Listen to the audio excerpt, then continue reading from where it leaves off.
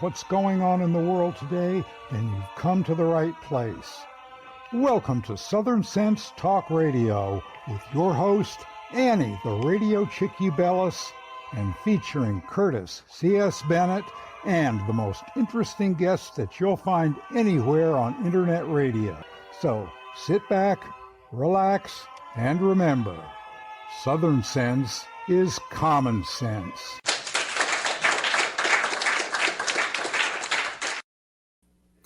All right, and welcome to another adventure on Southern Sense live on Facebook, Twitter, YouTube, Twitch, X, half a dozen other places, including our homepage, southernsense.net. I'm your hostess with the mostest, or I should say the least mostest, the Radio Chick-A-Dee, Annie, along with my co-host who's going, oh God, how much more is she going to screw up this opening? Curtis C.S. Bennett.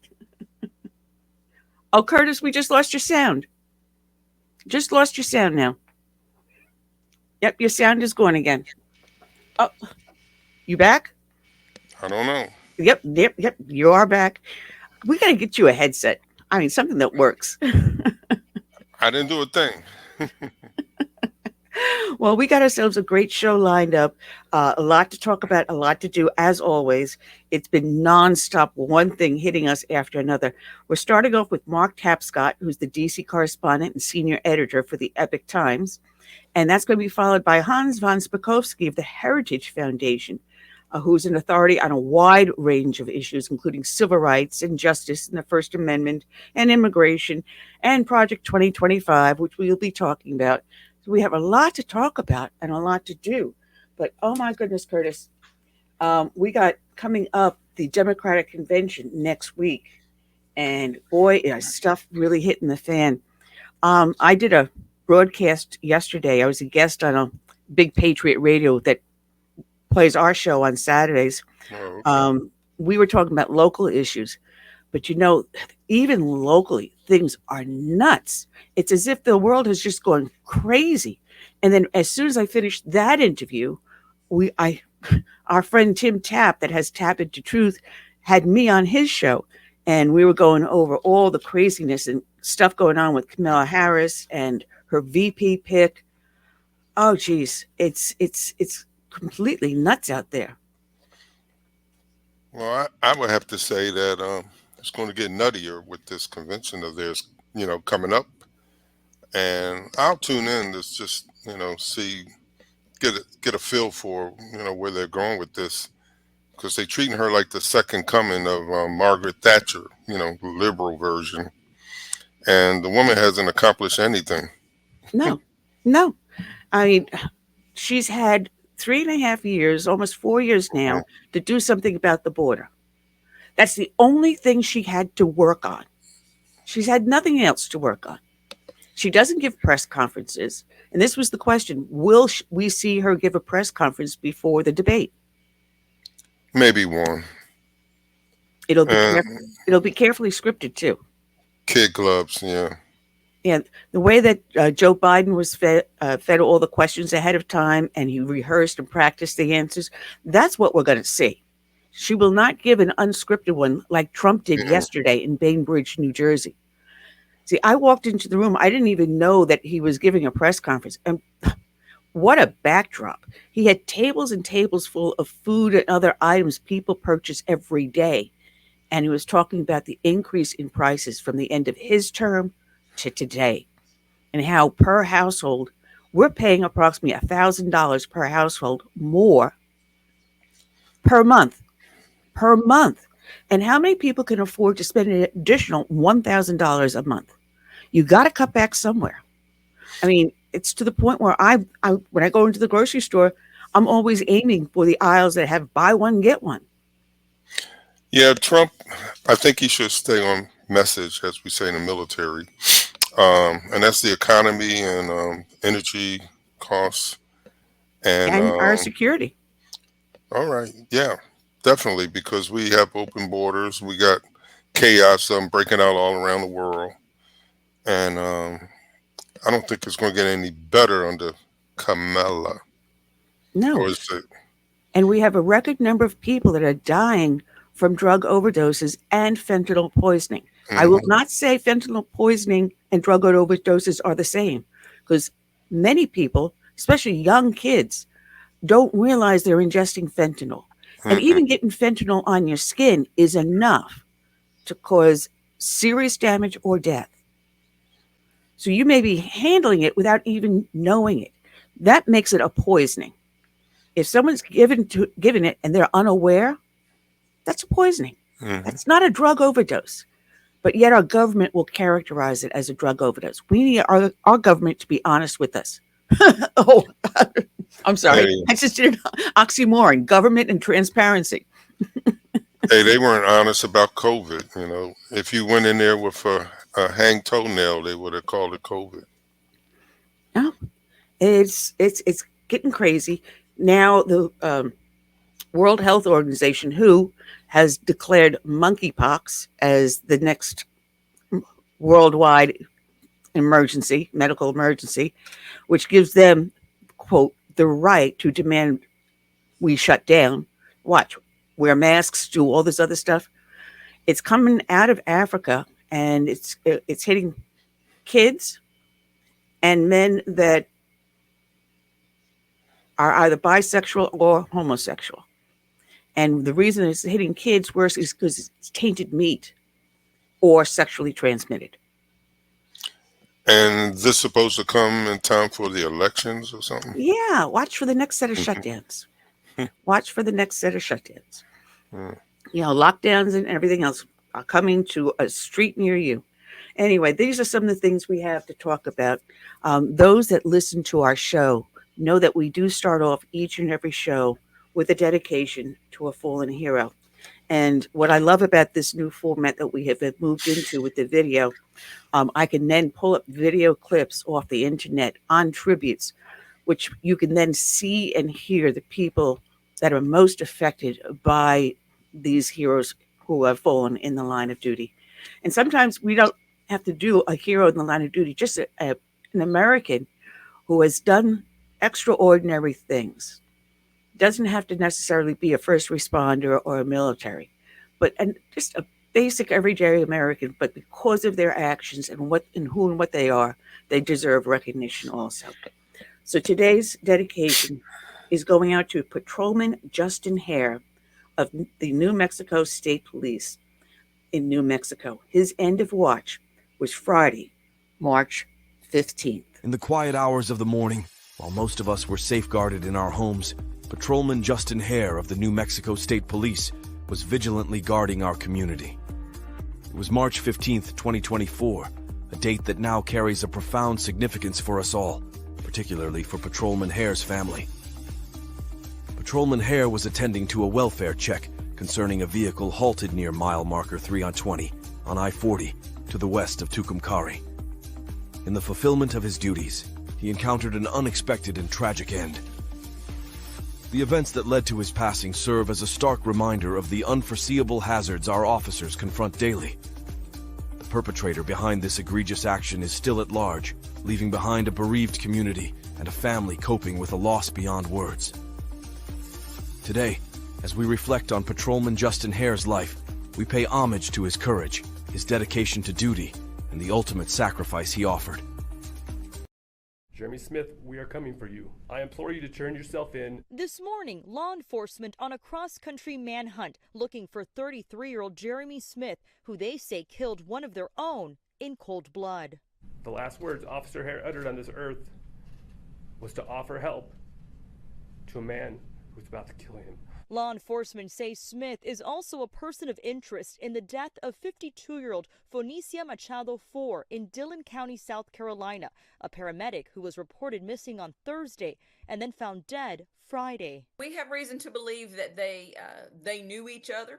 Police say Smith stole Machado IV's white BMW and drove 1,500 miles across the country to Quay County, New Mexico, where he got a flat tire early Friday on this interstate. 35-year-old Officer Justin Hare was dispatched to help, and after a short conversation about repairing his tire and offering a ride back to town, things took a deadly turn. The suspect seen here on Officer Hare's dash cam video. Without warning, the suspect pulled out a firearm and shot Officer Hare. Smith then walked to the driver's side and shot Officer Hare again. Officials say Officer Hare's radio duress signal went off. Another officer dispatched and saw Hare's patrol car speeding, ultimately finding it empty on the side of the road. Hare found injured nearby. Officer Hare died serving his state and his community. On a cold, dark, and windy morning, he offered help to a person he thought was in need. That person killed him in cold blood. Manhunt for the suspect now over. And we are learning who New Mexico State Police Officer Justin Hare was. Action 7 News reporter Andres Valle is here with those details. Doug, Shelley, Officer Justin Hare lost his life on Friday. Now, his immediate family telling us that they're not ready to speak on camera, but want to let me know that he was more than just a man in a uniform.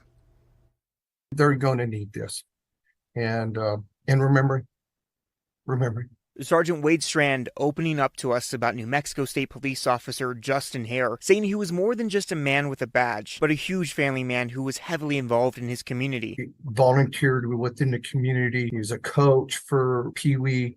He was at the school on a daily basis. Huge family man. Loved his kids, loved his family, loved his girlfriend. Over the weekend, the suspect accused of killing him arrested. While our work is not done here, this now gives us the opportunity to take the time to start grieving the loss of our officer. Police Chief Troy Weasler visibly distraught over the loss of one of his own, putting on a face to let us know that his family can start the grieving process. And our heart goes out to the families and friends of Officer Hare. In the coming days, we'll now be able to spend some time focusing on honoring him in the best way that we can and grieving his loss. He was willing to give up his own life to protect us in the community. I could count on Justin. If things got difficult here and we needed assistance, could count on Justin, even if he was off duty. And Officer Hare leaves behind 2 daughters as well as his girlfriend who's expecting their 3rd child. Reporting in studio, I'm Andres Valle for KOET, Action 7 News.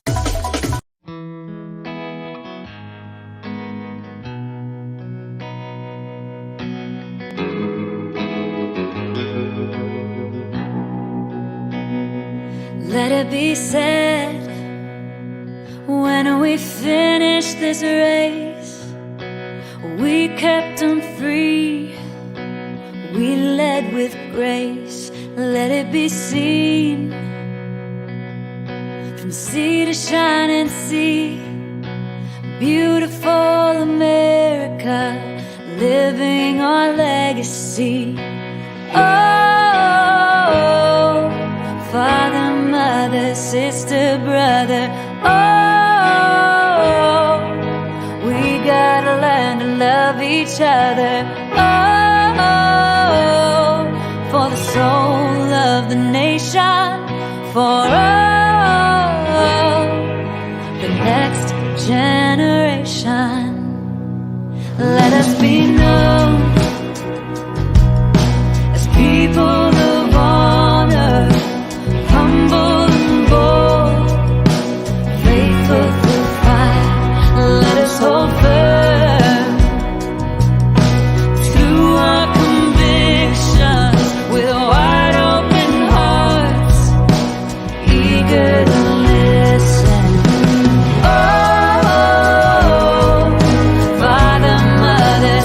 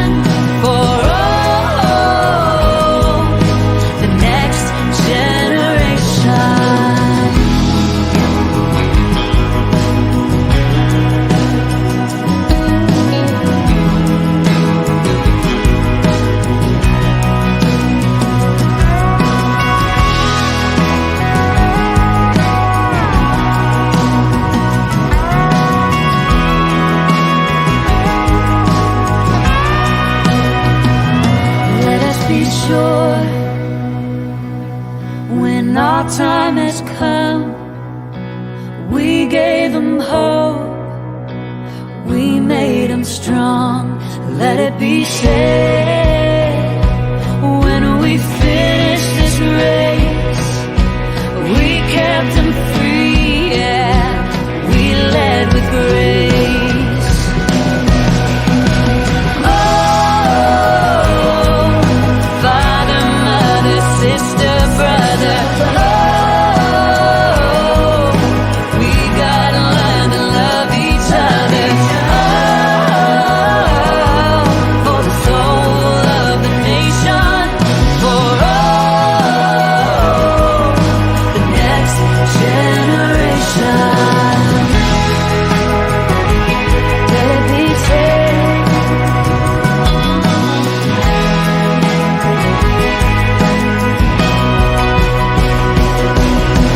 oh, father, mother, sister, brother, oh,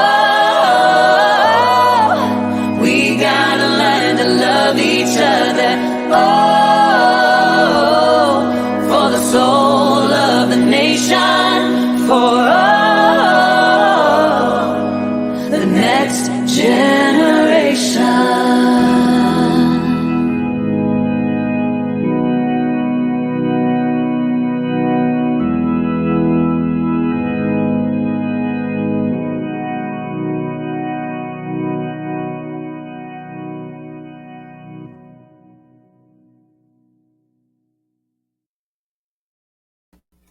All right, and we are back. You're here listening to Southern Sense on my homepage, southernsense.net, not net, as well as up on Facebook, X, LinkedIn, Twitter, Twitch, on half a dozen other places.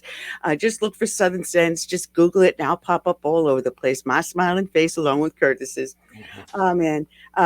We've got about 10 minutes before Mark should call in. That's if he hasn't gotten swamped by the swamp in D.C. But we were starting to talk about the convention coming up next week, and I've been getting feedback from a lot of different people. But there's an article here that came up in the D.C. Daily Journal, and they're saying that Trump campaign is planning on that week. Normally, it's traditional. Whenever one party has their convention, the other party will say, give them a little space. All right, let them have their convention. It's going to cover the news. So I'm going to stay in the background. And then when we have the convention, that's usually the courtesy. Well, the last couple of election cycles, that wasn't happening. Every time the Republicans had their convention, the Democratic side went and said, well, we're just going to keep on stumping. No matter what. We're going to try to steal your thunder. So Trump says, all right, payback time. So he's planning events. He and J.D. Vance will have a series of events while the convention's ongoing. So we'll see how many people turn on and look at which one to see who is truly the really popular for the presidency. I have a funny feeling Trump has a lot of thunder still. Yeah, I also heard that if he does any outdoor rallies, he's going to have bulletproof glass this time. Yes. Yeah. Wise decision. Mm-hmm. It's never been offered to a former president in the past, but considering the fact that there was an assassination attempt, it is a wise thing to do. They did extend that to him. I would have thought it would have been standard. I mean, since what happened in '68. Yeah, well, and look at Reagan. He was considered. Yes. All right. So the Democrats are crafting theirs very carefully, and they've moved Joe Biden up to speak on the first night. And yes, Joe Biden's going to be speaking on the first night, and everything's being orchestrated by the Hollywood producer Steven Spielberg. Yeah. Steven Spielberg is the one who's orchestrating everything. All right, so this is what someone said to me, seeing that Joe Biden is speaking on the first night. He goes, what do you think is going to happen when Joe Biden goes out and he sees that crowd out there? Do you think he's going to turn around and keep his endorsement with Kamala Harris? Or is he going to say, I'm back, I'm running again? Or he's backing Trump or something.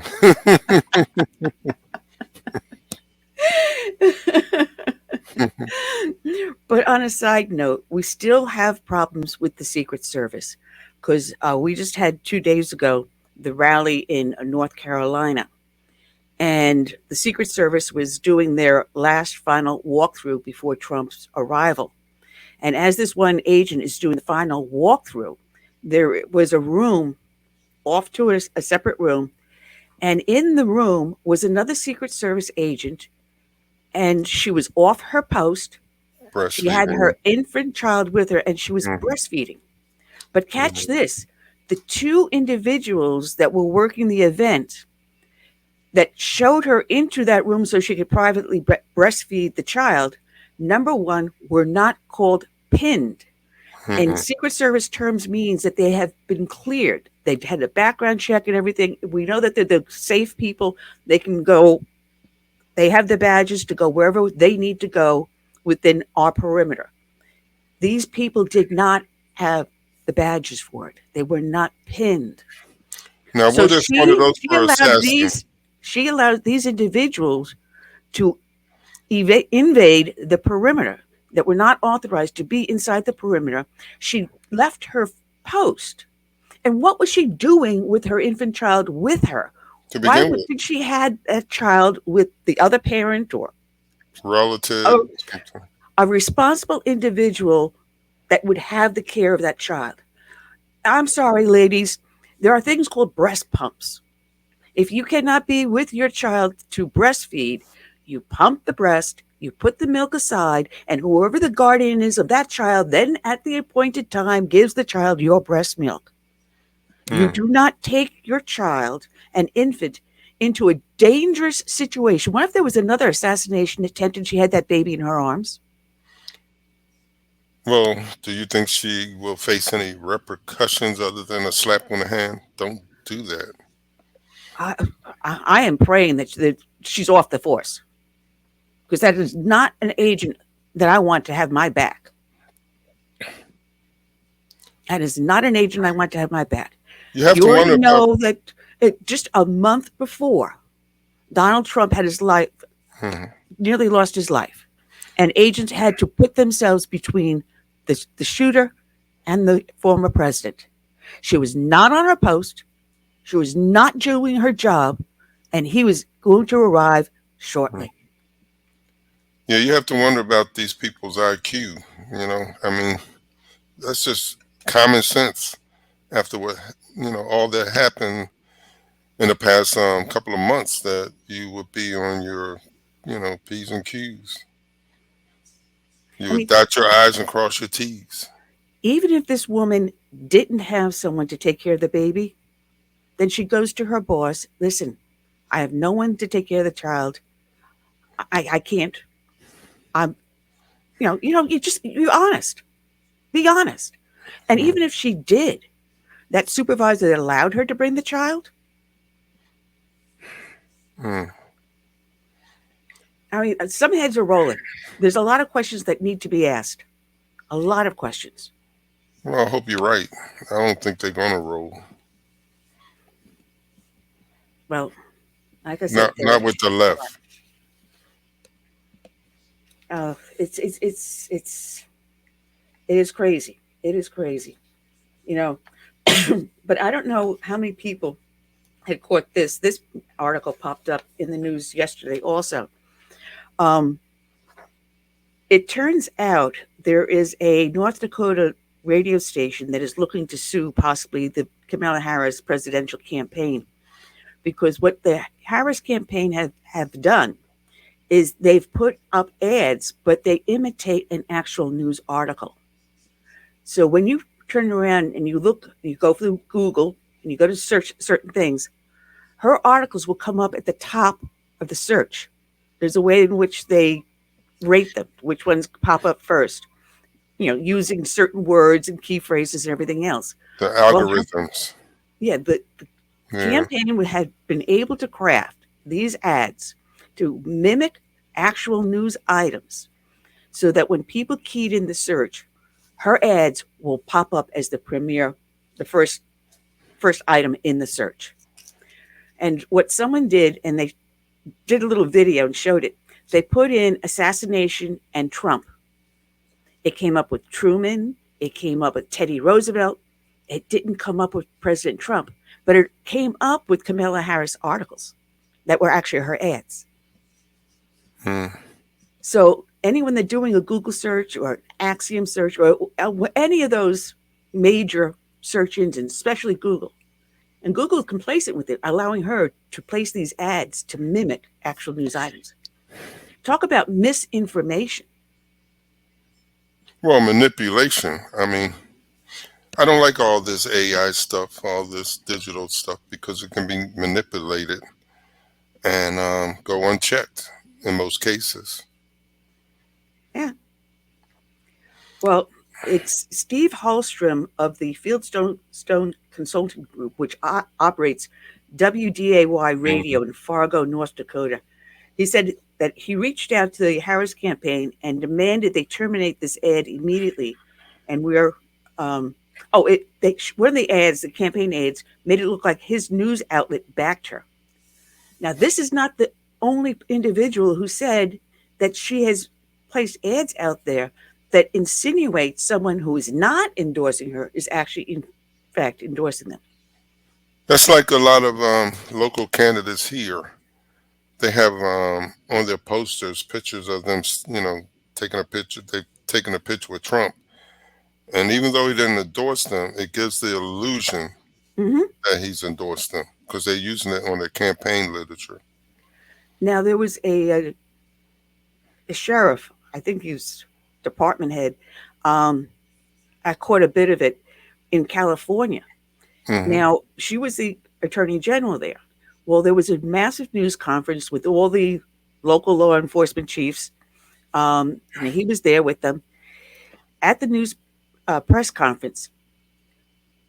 Those pictures from that conference are in her ads, insinuating that his department or he personally endorses her, along with the others that were standing around her. Yet, he said, she walked into that room for the press conference. She didn't look at any of the other law enforcement chiefs there in the room. She didn't address anyone. She didn't even say hello, much less shake their hands. She walked up to the podium, spoke for 5 minutes, turned around, and left. Talk about a slap in the face. And then she has the audacity to use that video and those clips to insinuate that they were there to back her up.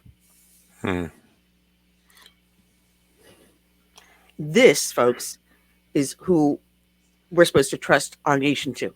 She can't even be honest about her ads and the endorsements. Hey, when do your early voting start? Ours started last Monday. We start October 21st. Ours starts on October 21st, yeah.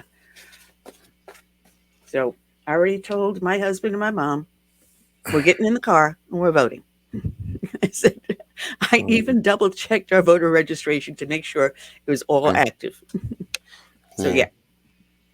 Well, we just have like state and local elections going on right now. Like, state senator, representative, mayor, stuff like that. Committee woman, committee man. It's not national. Our ballots are not going to be produced until 45 days before the election. And by federal law, they have to get out to people that are not being able to vote here in the state. The absentee ballots to military and things like that. They need 45 days in advance to receive those ballots and get the ballots back in. So we have the one, the only, the man of the hour, Mark Tapscott. Good afternoon, Mark. How are you doing today? I'm good, Annie. Curtis, how you doing? All right. What's going on? I've been going on a rant. So what else is new? Camilla. Oh, Queen Camilla Mella. I mean, the latest things with her advertisings coming up in Google as if they're actual news items. The advertising that she has out there insinuating certain individuals and law enforcement personnel are endorsing her when in fact the exact opposite. And this one station in Fargo, North Dakota is threatening to sue her because they're insinuating that they endorsed her. So I mean, that's interesting. I mean, what? I mean, you just cannot make up this silly season. I mean, Well, you know, we have for the seen some most crazy part, elections, but really, have you ever seen anything as nutso as this? no, and I'm old enough to remember 1968 Mhm. was probably the last year that even approached what we've seen this year, and it only barely approaches it. So, What was that? Barely. What was that? The Chicago 7 or something back then? the Chicago convention, the Chicago Mhm. riots at the convention. Of course, there was Martin Luther King's assassination and Robert Probably. Kennedy Jr. or Robert Kennedy. Yeah. You know, I believe there were a bunch of riots across the country. It was a Mhm. stressful time. Yeah, I actually remember that because I remember I was in the schoolyard. We had just moved into a new town, so it was like the first year I was in the new school, and in the schoolyard, all of a sudden everyone's telling all about all the stuff going on. I'm like, holy, Yeah. yeah. But where are we going to see something similar in Chicago? That's a big question because I was listening to some of the news conferences dealing with the law enforcement, and they're saying, well, we're going to make sure we cover all the precincts in Chicago because if you remember 68, it wasn't just Convention Hall, it spread out. Yeah. And then you're hearing about permits being given to people that are pro-Hamas, pro-Palestine, pro-Antifa, but not to the counter protesters. And some of them are going to be inside the hall, I'm hearing, and some of them are going to be outside. But either way, whether or not you have a permit or not, you're going to be there. Oh yeah, yeah. I just read something yesterday that I did not know.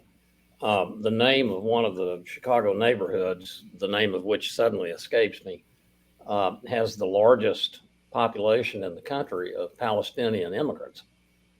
And I think the number was like 40,000. So Wow.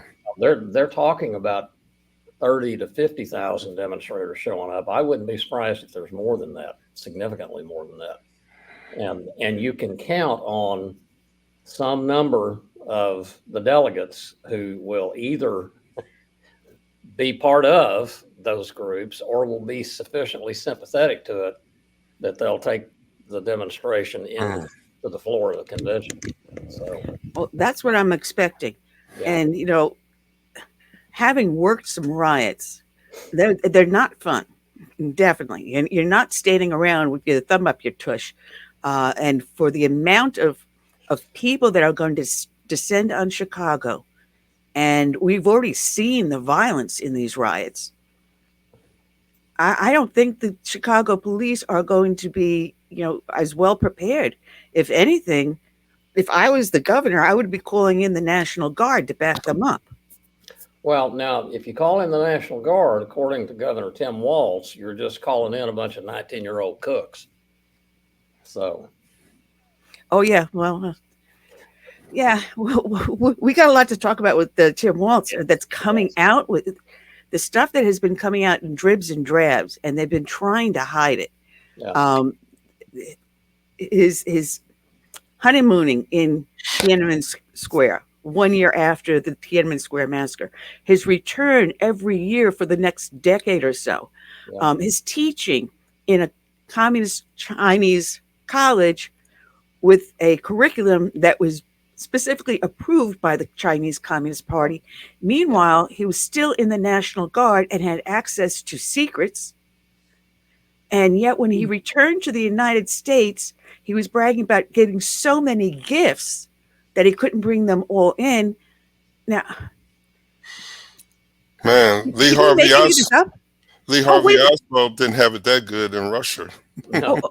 Oh, what about taking the kids over there and telling them that when they get over there, don't act as if you're special and you're rich or anything like that.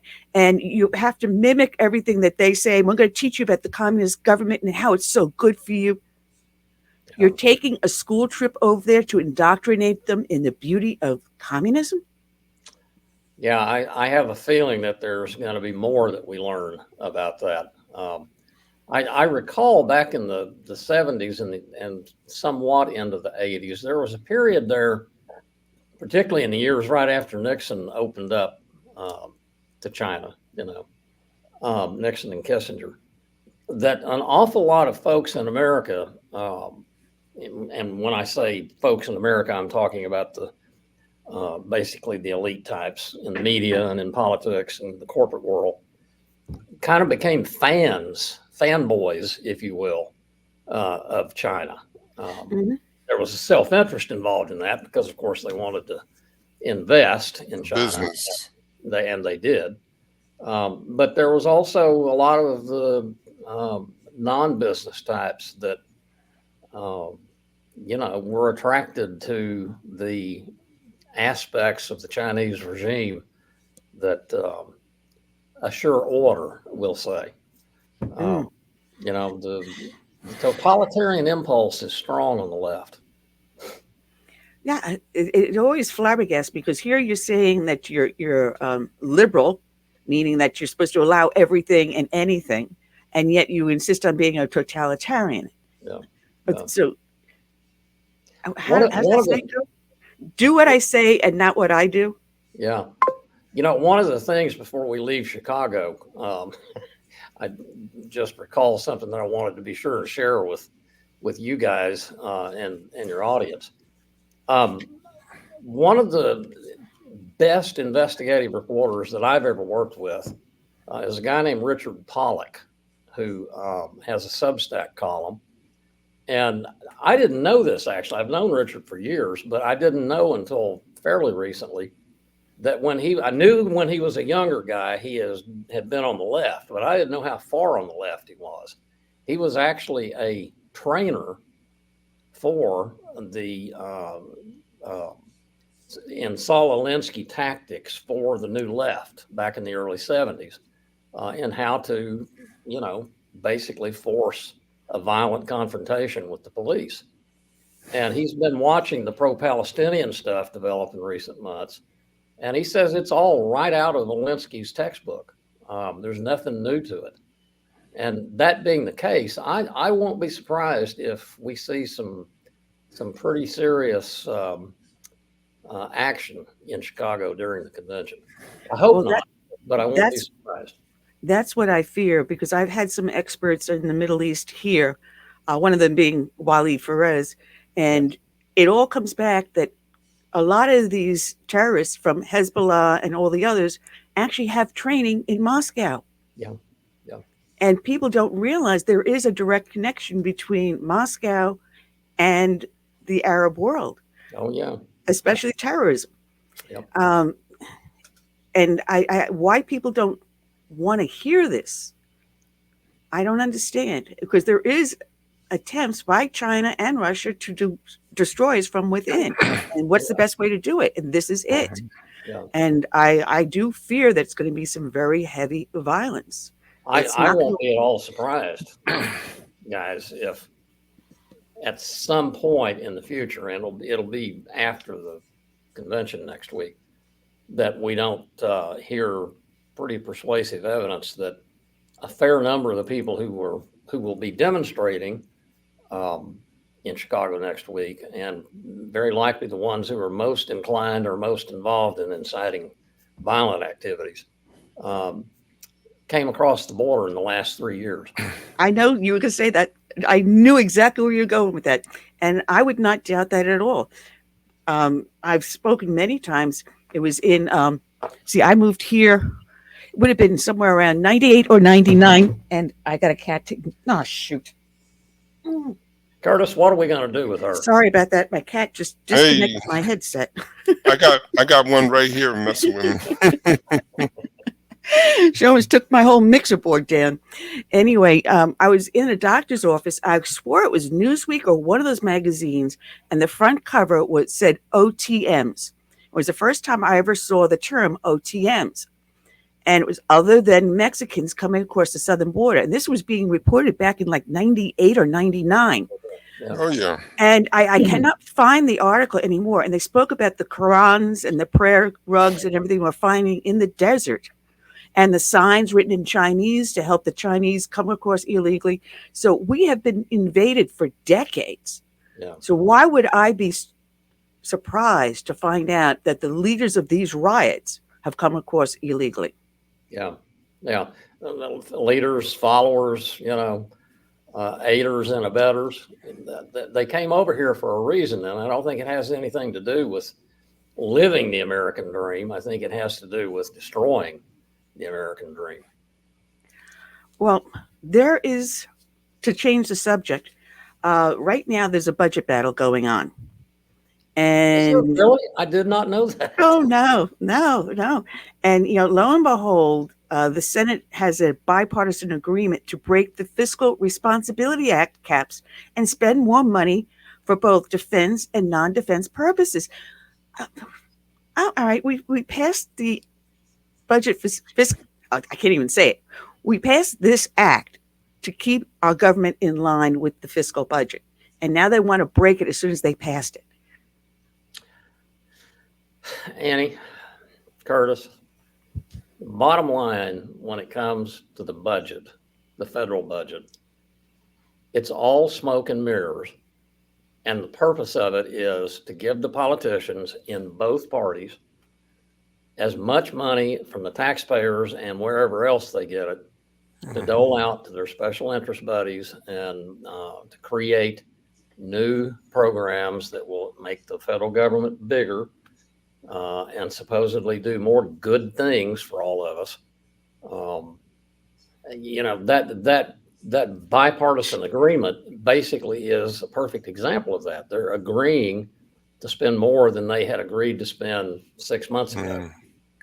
So, it's an election year. They know they're not going to get anything done until after the election. So it's basically a kicking the can down the road. Well, they have a deadline of September 30th. Right. So I also hear rumors about a continuing resolution. There will be. Another one? Oh, yeah. Yeah, they'll have to be. My guess is they're probably going to be able to, you've got the Democrat majority in the Senate and the Republican majority in the House. They probably can reach agreement on some of the major ones, maybe the defense bill. But there will be 7 or 8 of them that they can't, and there'll have to be a continuing resolution to do that. And they love continuing resolutions because they're all 5,000 pages. Nobody can read them, so you can stuff all kinds of stuff in there that nobody finds until it's too late. Yeah. Wow. Well, they cut like 75. One of the bills are coming through where they cut 75 million, but they want to include the SAVE Act. I don't see that going anywhere. No, the SAVE Act won't. No, not until there's a different Congress. I just don't see that going anywhere. Well, you gotta love Chip Roy. Gotta love Chip Roy. If anyone can make a little bit of a splash, he can. He's going after Kamala Harris because of the border. And he sent a letter to, the San Antonio Police Department asking for stats and numbers and figures on the damage that illegal immigration is doing down there. He's demanding answers and he's demanding hearings. Do you see this going anywhere? Because he's also calling out Kamala Harris on her silence. Congressman Roy does a lot of that, and he is, before he was elected to Congress, he was, I think, chief of staff for Senator Ted Cruz. So he knows how to make waves, and I've listened to him many times, and it's clear. He feels a sense of genuine and justified outrage on behalf of taxpayers and on behalf of the American people, because this town is so full of stuff that is questionable at the very best. The problem is there's so many of them, and he's probably put out. I would be surprised if it was less than 20 letters like that, where he's demanding information that Congress has a fundamental right to have, because Congress is the first branch. But, the bureaucrats over in the executive branch, they ignore those letters basically because they know Congress is not going to make them produce them, or cut their budgets, cut their workforce, cut their authority, end programs. Congress has ceased to be enforcing its own constitutional authorities. If they get back to doing that and being the first branch, the bureaucrats will start listening to them. Well, what I Then like they what won't he have did, to do these kind of demand letters. well, see, now he didn't send this to the federal government. He sent this to the local police, to the San Antonio Police Department. Well, of course, but the San Which- Antonio Police Department receives, trust me, hundreds of millions of federal tax dollars every year. And they have an obligation under the law, therefore, to produce the data that he's asking for.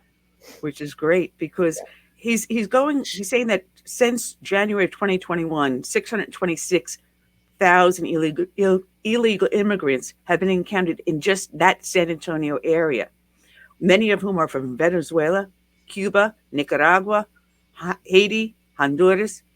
So he's asking about the San Antonio Migrant Resource Center, the MRC, which opened in July of 2022 and has housed more than 345,000 foreign nationals to date. Wow. So he's asking about how many calls are coming because of the people in this one center too.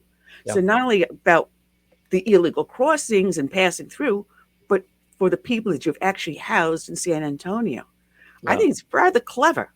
Well, it is. And then, like I said, he learned a lot of tricks working for Ted Cruz. And I don't want to sound like I'm, discouraging congressmen like Chip Roy doing what they're doing when they do those demand letters, but we have to be realistic about what is likely to be the result as long as Congress continues basically to be a figurehead. Wow.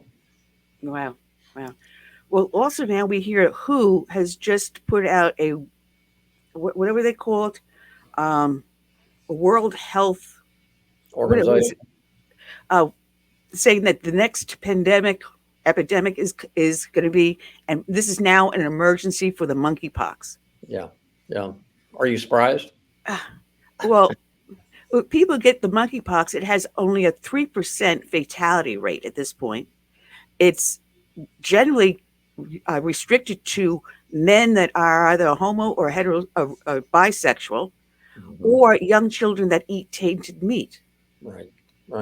Now it becomes a world health emergency. Yeah. Well, they were looking for one. But isn't there an election coming up?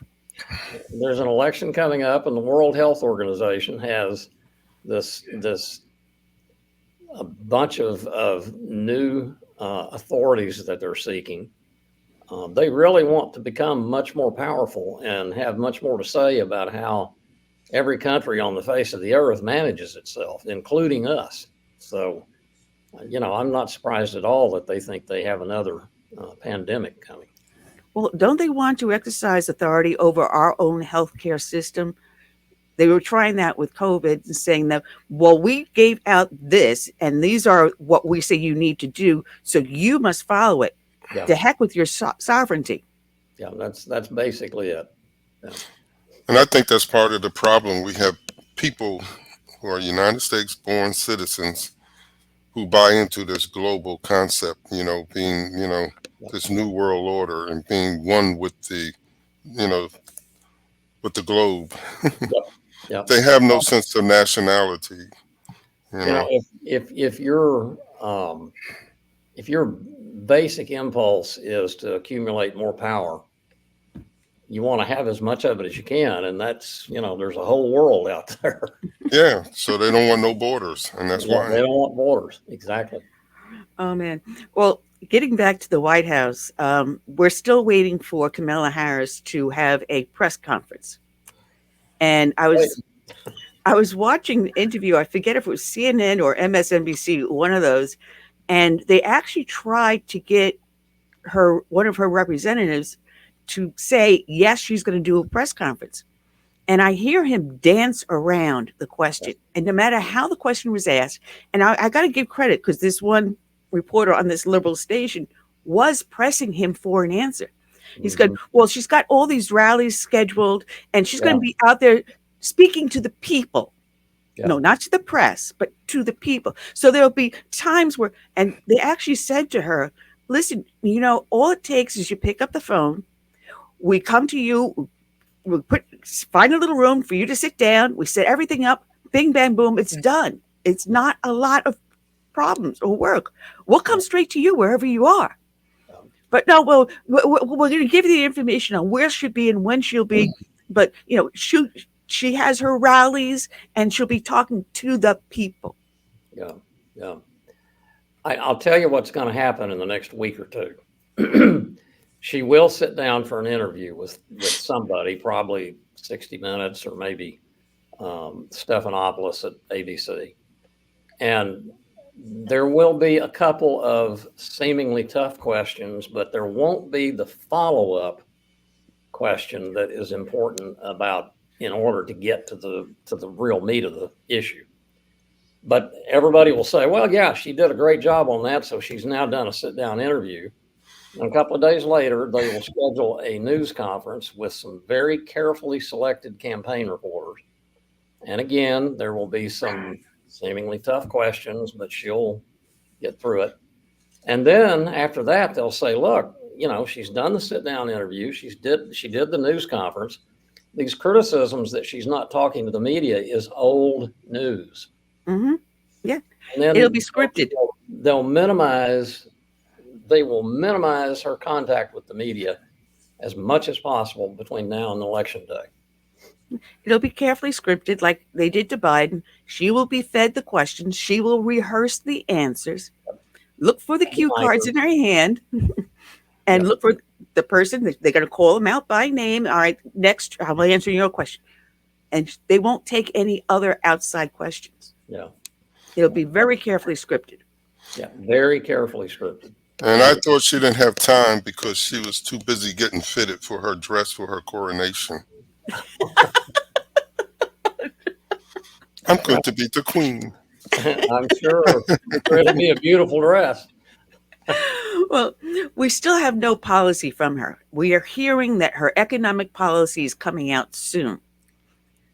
But however, with that statement in mind, this came out just 2 days ago. Press Secretary, you just can't make her up, Karine Jean-Pierre was asked about her policies.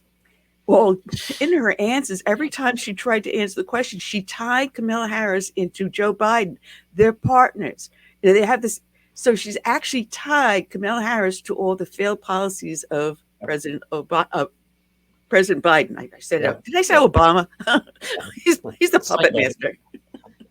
But Biden. Yeah. So, did she just shoot her in the foot? Well, it's tempting to think that perhaps that's part of Joe Biden's revenge for getting kicked off of the Democratic presidential ticket.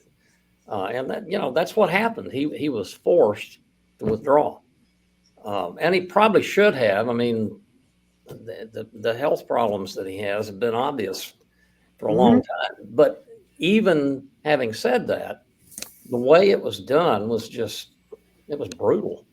It was brutal. And I wouldn't be surprised if he's saying, okay, you wanted somebody other than me, you're going to take her. You can't say no to her. And she did everything that I said she should do. She was my vice president. So it's my policies. And if that defeats her, well, you guys got what you wanted, Well, I also heard that they moved him from the back of the last day of the convention to the first day. And I'm wondering if that's to keep him because he's going to get tired or he's going to start to stumble because of his disability. Or is he going to get up there and do one of these rah-rah, sis, boom, bah things? He probably will. Because I also heard someone say that he's going to get up there and say, I'm back, I'm running. No, he won't say that, I can tell you.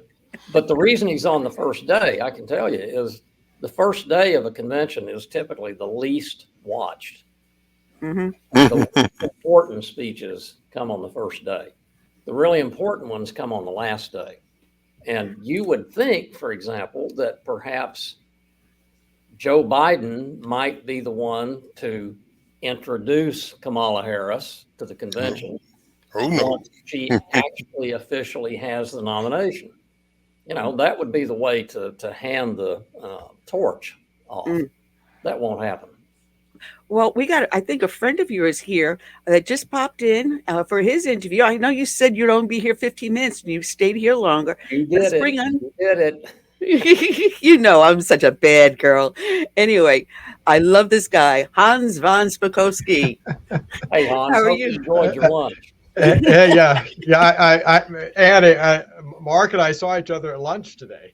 Yeah. I warned him, Annie. I warned him. Hans, I'm going to hand it over to you now because I've got to go. All right. I'll see you in 2 weeks, Mark. You take care. And I'm sorry. Okay. Oh, how are you doing today? And how was lunch?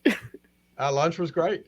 But I'll tell you, Washington, D.C. at the moment is pretty much empty.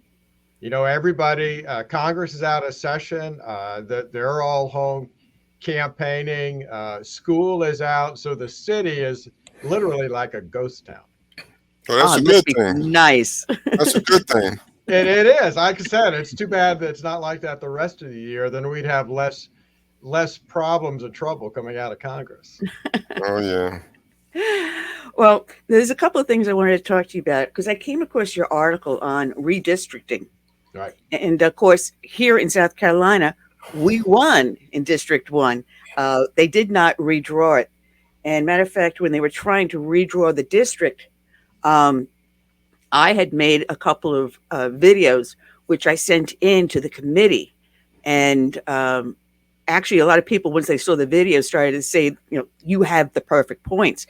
And I think that was one of the things that helped keep our district intact. So I was very curious about what you would write on this redistricting. And as I got little yellow highlights and everything all over it. The redistricting is based on Article 1, Section 2 of the Constitution. And I'm going to let you start to explain what you were talking about, and then I'll go in with you on this one. You know, you're referring to an article I wrote about a recent decision by the 5th District U.S. Court of Appeals. 5th District covers Texas, Louisiana, and Mississippi. And look, in addition to the Constitution, actually what I think is probably one of the two most important laws ever passed by Congress in the last century was the Voting Rights Act of 1965, the other one being the Civil Rights Act of 1964. But both of those laws, I think, not only were the most important laws ever passed by Congress the last century, but they were extremely effective. Now, the Voting Rights Act, as you know, bans racial discrimination in voting. Now, at the time it was passed, boy, it was needed. But the kind of discrimination that was occurring at the time it was passed, discrimination preventing African Americans and others from registering to vote, being able to vote, that had pretty much disappeared by the late 70s, early 80s. So for the last 3 decades, the Voting Rights Act has been used almost exclusively in redistricting cases.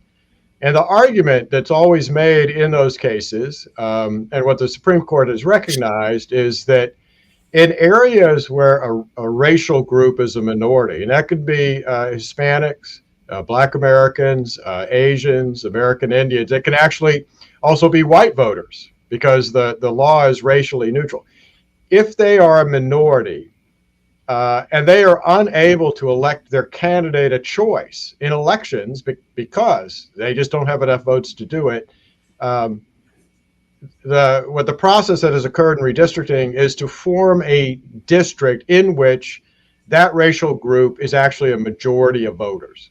The typical example of this is, maybe you have a county government with 5 county commission seats.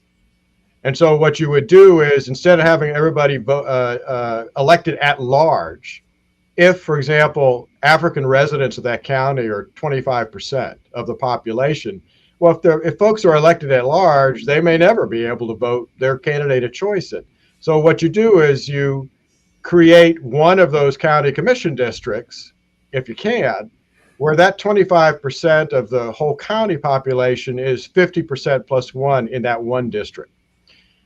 What happened in the case in Galveston is that in Galveston County, Black residents aren't enough, and they're not concentrated in one location enough to create a majority of voters in one of the county commission positions. Hispanic voters are also, there aren't enough Hispanic voters to create one district in which Hispanic voters are a majority of the voters.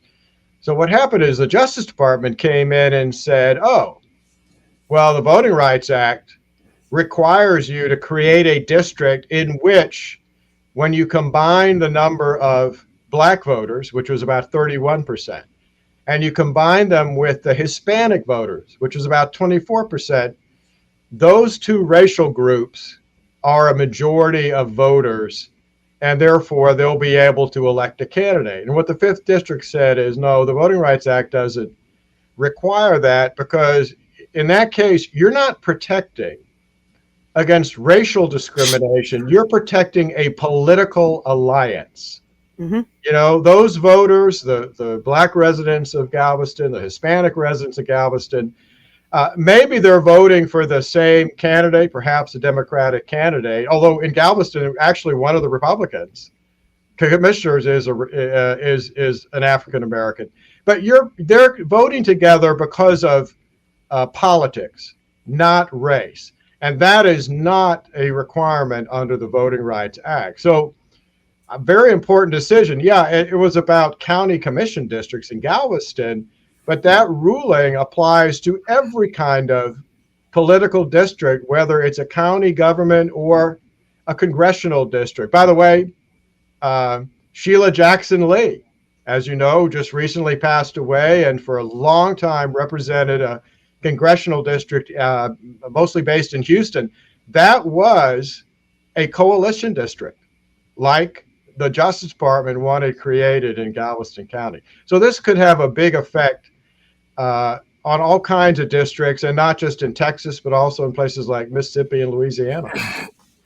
Well, you on your article, you were also saying that a lot of this was based upon the census.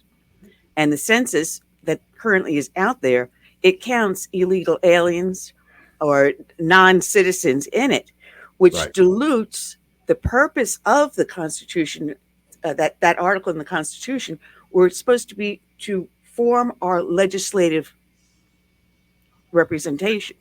Yeah, that's a really important point. Apportionment, which happens, every 10 years after the census, because the number of seats in the U.S. House are limited.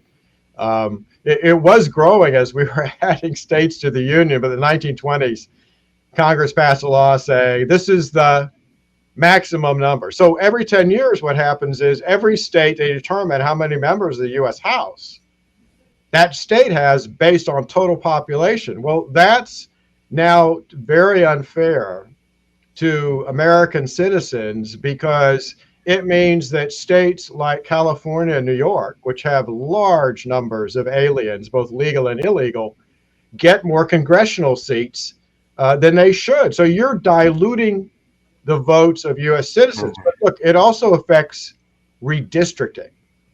When states redistrict and draw new boundary lines for congressional districts, for example, they're using total population. And again, that's diluting the votes of citizens.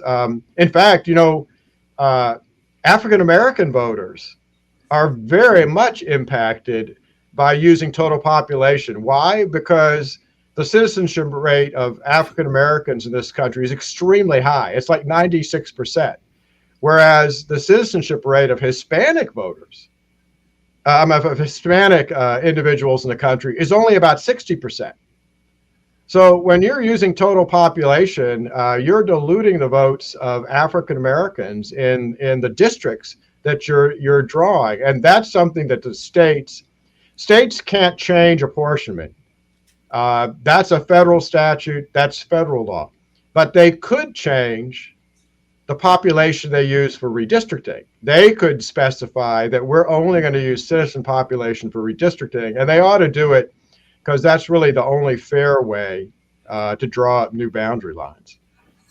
Yeah, because we had the battle here in South Carolina in District 1. It was the one that Beer Can Joe Cunningham had taken over, Nancy Mace now has. And the way they wanted to cut us up, it was actually going to carve us into like 3 different pieces. And our argument, rather than going on the political side, saying, all right, I know that if they did that, they would have turned us blue. Most of us wanted to keep it red, but instead of using the fight of politics, we used the fight of economics. And we said, listen, the way you're dividing us, you're forcing us to be part of another district and legislator that has no idea what our needs are. What they do up country is completely different than what we do in the coastal town. They don't understand the fishing industry. They don't understand the tourism, the hospitality industry that we have. We're united because we have all this all in kind. And when you split us up, you're putting us each into districts that have no idea what our needs are. So we need a representative to handle our needs. Yeah, that actually, Anna, it's interesting you mentioned that, because that, in fact, that was an issue in the Galveston case that I was just talking about. Because maybe they saw my video. Because what the Justice Department was objecting to with one of the county commission districts was the county commissioners say, because remember, Galveston is a port town on the Gulf of Mexico, and so they created a district that was a coastal district, because all of the people along the coast of Galveston, frankly, no matter what their race, all had similar interests, and so they created a district like that. And instead, the Justice Department's coming in and saying, "Oh no, you have to break that up, and you have to create this very squiggly gerrymander district for racial reasons." And fortunately, the Fifth Circuit said, well, no, Galveston, you don't have to do that. So maybe I helped somewhere. I know we kept this district together. Oh, man. You talk about, how in the past, the Voting Rights Act, not the Voting Rights Act, but the census had required for you to state if you were a citizen born here. And then that stopped a while back. And then President Trump tried to bring it back again. Right.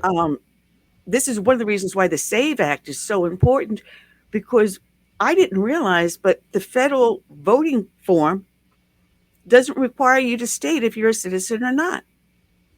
Well, if you're talking about the federal voter registration form, that does. But the census form that unfortunately people all fill out these days no longer asks that question. What's so bizarre about that is that look, the first time we had a citizenship question on the U.S. Census, it was recommended by President Thomas Jefferson.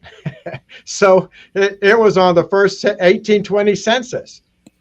And it continued to be on the census until 1950, when you may recall, you won't recall, but historically what happened was the Census Bureau decided that they would send out 2 census forms, a short form and a long form. The long form continued to have the citizenship question on it. And then when the Obama administration came in, they said, we're only going to use the short form and there will be no citizenship question on it. So all Trump was trying to do was reinstate it as it had been done historically. And of course, as you know, they were sued.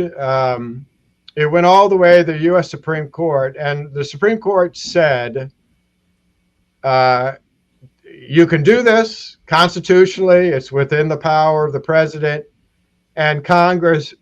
But President Trump, you didn't give a sufficiently reasonable explanation of why you want to put a citizenship question on the form. So you have to give a better explanation.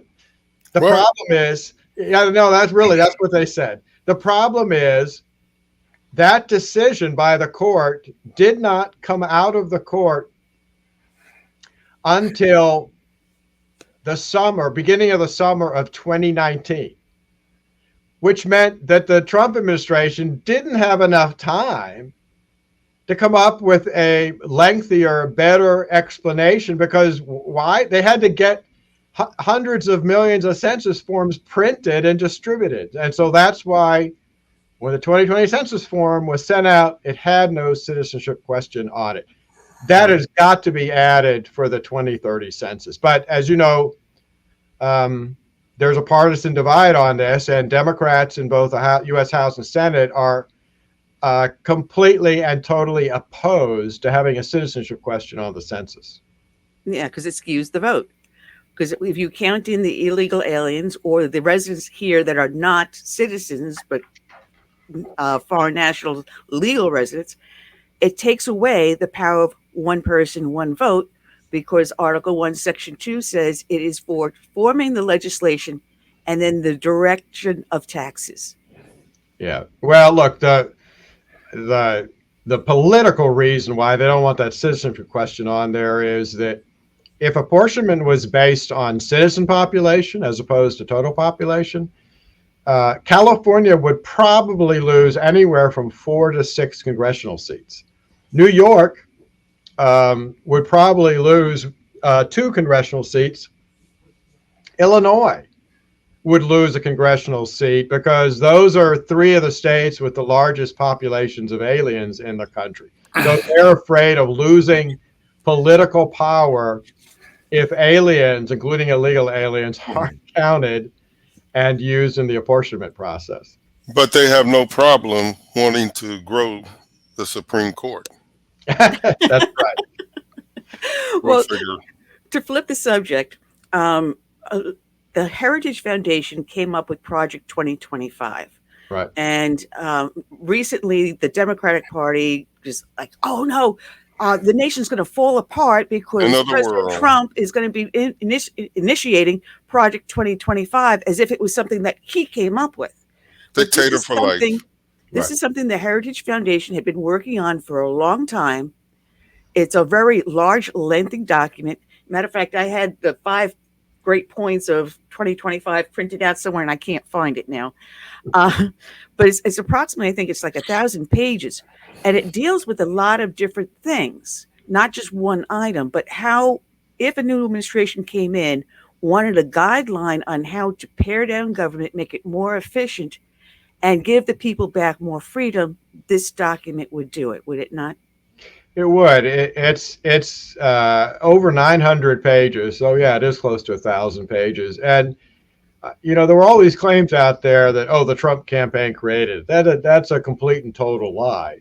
The other thing that's been said is there's been a whole list of things that it supposedly says put out by the Kamala Harris campaign now, all of which are also complete fabrications. But in essence, what we did was in 2022, so that's 2 years ago, long before Donald Trump said he was going to re-enter the race, we got together over 100 organizations, other conservative think tanks, other organizations, and several hundred people. And we said, look, if you were put in charge of the executive branch of the federal government in a new administration, so starting in January 2025, how would you reform each of the executive departments? So there's a chapter in this 900-page book on every major government department, the Department of Education, the Justice Department, the Defense Department. And each chapter says, here are the reforms that are needed, and here's how these agencies should be pulled back into doing what they're supposed to be doing, what Congress wanted them to do under the law, as opposed to the things that they are now doing that they're not supposed to be doing. And look, a good example of that is the Kamala Harris campaign claimed that our chapter on the Department of Education called for the termination of the school lunch program. No, that's a lie. But what we have said is that the federal government should not be using that program or that funding as a threat as the Biden administration recently did. You two probably saw that the Biden administration was threatening to cut off federal funding for the school lunch program to local schools that did not allow boys into girls' bathrooms and did not allow boys to compete in girls' sports. That is not the kind of power that should be or can be exercised by the federal government. And we're saying that kind of thing shouldn't happen. And what I would tell you is that anybody who's worried about this, who's been reading these fabrications about it, look, this is no secret. We've got it up on the web. It's project2025.org. The entire 900-page policy book is on the web. And what I would tell people is, look, yeah, maybe you can't read the whole 900 pages. Just pick one chapter of a department you're interested in. Maybe it's the Justice Department. Just read that one chapter, and I'm willing to bet you anybody reading it is going to come out and say, you know what? These are common sense reforms. This is reasonable. This is what ought to be done. Go ahead, Chris. Yep. Well, we see how well that rainbow agenda went over in Paris. Didn't go over too well. But, they're going to try. I mean, they're complaining about 2025, but I hear nobody talking about Agenda 21 and Agenda 30 on the left. Oh, yeah. Yeah. Yeah, you're absolutely right about that, because when you look at the people working in the Biden administration, the top people in the White House and elsewhere, look, they came from all these radical left-wing advocacy groups in Washington, all of whom were putting plans together long before 2025 Biden was sworn in as president. So we're doing the same thing on the conservative side, although I think anybody who looks at what we're proposing is going to realize what we're saying is a lot more sensible. Well, it's funny because you mentioned Agenda 21.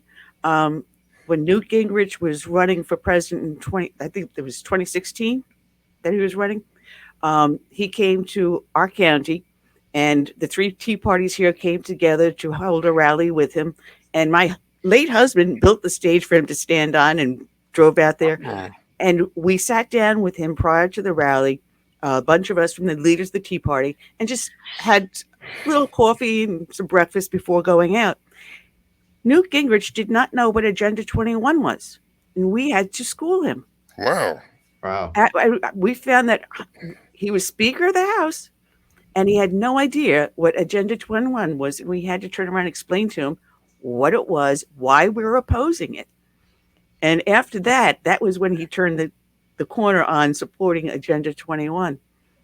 Yeah. Well, what's interesting about this is, look, we published this policy proposal book more than a year ago. Mm-hmm. But you all notice it didn't become a big news item until what?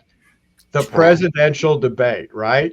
And yes. I think that what happened is the Democrats, I think the Biden campaign at the time, said, boy, we need a distraction for the American public from, one, our horrible economic record, and two, from the questions that the public was raising about the mental and physical decline of the president. And that's when it was after the debate that all of a sudden Project 2025 was criticized all over the media, on the mainstream media, the left, the allies of liberals and the Biden administration. That's suddenly when it became an issue. I think it was just a distraction from the problems they were experiencing.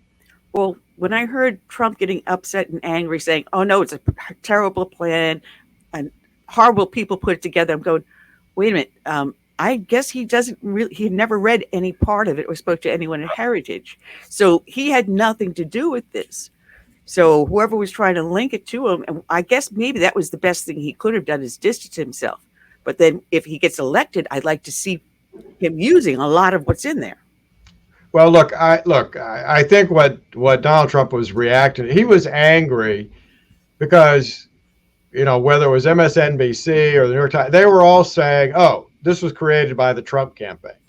And he knew it wasn't created by the Trump campaign. So I think he was angry that he was being told that. And that's why he said, I have nothing to do with this. But yeah, look, what we're hoping is that this wasn't written for Donald Trump. This was written for whoever gets elected in this election. Now, if it's Donald Trump, it's highly more likely that he might actually follow what we're saying. If it's Kamala Harris, she's not likely to. But what we would look, the best ideal scenario would be for this to happen. This is not the first time Heritage has done this, as you said. The first time Heritage ever put together a policy proposal like this called Mandate for Leadership was when Ronald Reagan was elected. And Ronald Reagan actually read it once he was elected, and he liked it so much that at his first meeting of his new cabinet, all his cabinet secretaries, he actually handed out a bound copy of our policy proposal and said to all his cabinet secretaries, implement. Yeah, these are great ideas. I want you all to read this and follow them. And that's what we were hope would happen in a new administration. Man, the Heritage Foundation puts a lot of great policy out there, and you also were very effective in working with FAIR USA on putting together HR 2, which did pass in the House. And I was down there in D.C. when FAIR flew us all into D.C. to do the lobbying, going from one side of the quad to the other, to try to get the Senate together to finally pass it. And what they put together instead was a debacle. Are you still trying to help push HR 2 through? Well, we'd love to, but at the moment, as you know, nothing's going through Congress. Congress is in recess until the election is over. You're not going to see anything happening in Congress except for, at some point they'll probably before the election, they're going to have to pass another continuing resolution of some kind to keep the government funded. But until the election happens and we know the results, we're not going to see anything going through Congress. Well, it's going to be interesting because silly season is just going to get worse, especially with the convention coming up. And Right. as you know, that with Mark, we were talking to him what's potential for the violence going on in Chicago, and having worked riots in Brooklyn, New York, that's going to be far worse. And I think it's going to be worse than 1968. But our Right. prayer is going to be with the people living in Chicago at this point. But are you working on anything else right now at this point? Well, actually, I have a paper in progress on the Biden executive order that he issued several years ago, directing all federal agencies to get involved in something they're not authorized to do. I know what you're going to say. Get out the vote. Registering voters and helping them complete and fill out absentee ballots. And that's not something that federal government employees should be involved in. So I've got a paper coming out about how that is both unconstitutional and a violation of federal law. Well, not only is it unconstitutional, but why isn't the House now withholding funds from those agencies for that very purpose? Well, you have to talk to people on the House side about that. No backbone. But the House does have the power of the purse, and they can say, right, for this program, for getting people to register to vote, because my mom, she gets a Medicare statement in, and there's something in there about, registering to vote. I was like, she's looking at this, why is that on here? And then Right. she got something else from the government, and again, the same thing. And that's when put 2 and 2 together and came up with 1,000. Yep, that's right. Well, this is all we got. We're down to our last 5 minutes of the show, Hans. It's always fun when I have you and Mark. I'm glad the two of you had lunch together. Yeah, it was kind of funny. We were both at the same restaurant, and we ran into each other. And I'm going, wait a minute, I'm following you on the radio show today. So you got to talk about me behind my back. That's right. Well, Hans, thank you for joining us. And we Sure. know we love you and always want you to come on back. All right. I appreciate you inviting me. Yeah. Bye-bye. Thank Take you. care. All right, Hans von Spakovsky over at the Heritage Foundation. Like I said, we're down to our last 5 minutes. What we have coming up next week, I'm waiting for confirmation on it. Who you got? I'm waiting because I've been trying to get a hold of their agent, Caitlin Wheeler and Olivia Kroslick. They are the ambassadors for the Riley Gaines Center at the Leadership Institute, and want to get them on for next week. If not, I will scramble to get someone else on. I'll let you all know who I have as soon as I know. So that's all we got for today. I want to thank everyone that joined us. A lot of people were watching over on X and Facebook and all the other places that we're on. I hope that you went to our homepage. I did not open the homepage to watch the chat. I'm sorry. I knew I forgot to do something. But we will be back. Same bad time, same bad station. Until next week, we'll say good night and God bless.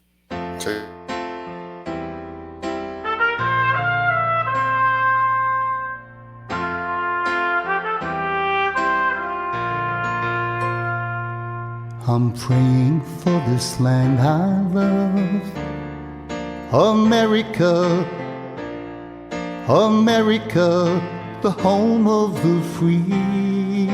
But there are people making plans to change America. They've no respect for her or what matters most to me. That's why I stand for the flag and I kneel at the cross. Long for the friends I have loved and lost. And I still believe in God we trust, and the freedom our forefathers granted us. I hope it's not too late to save America.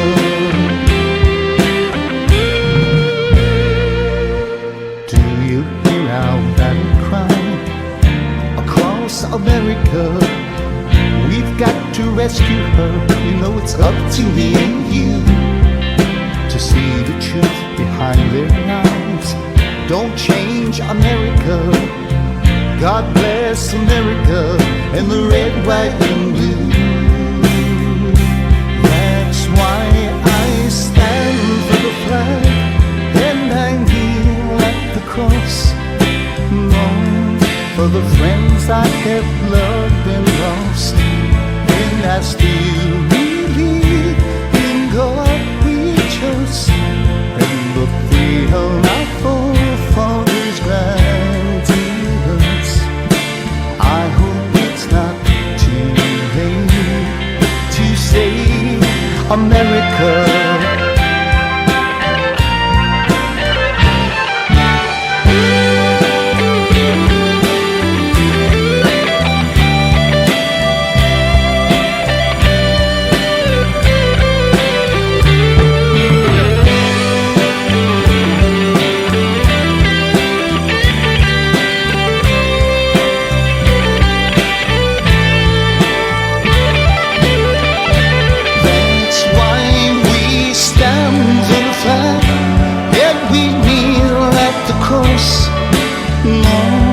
For the friends we have loved and lost, and we still believe in God we trust, and the freedom our forefathers granted us. We know it's not too late to save America. Save America. Let's save America. Together we can save America.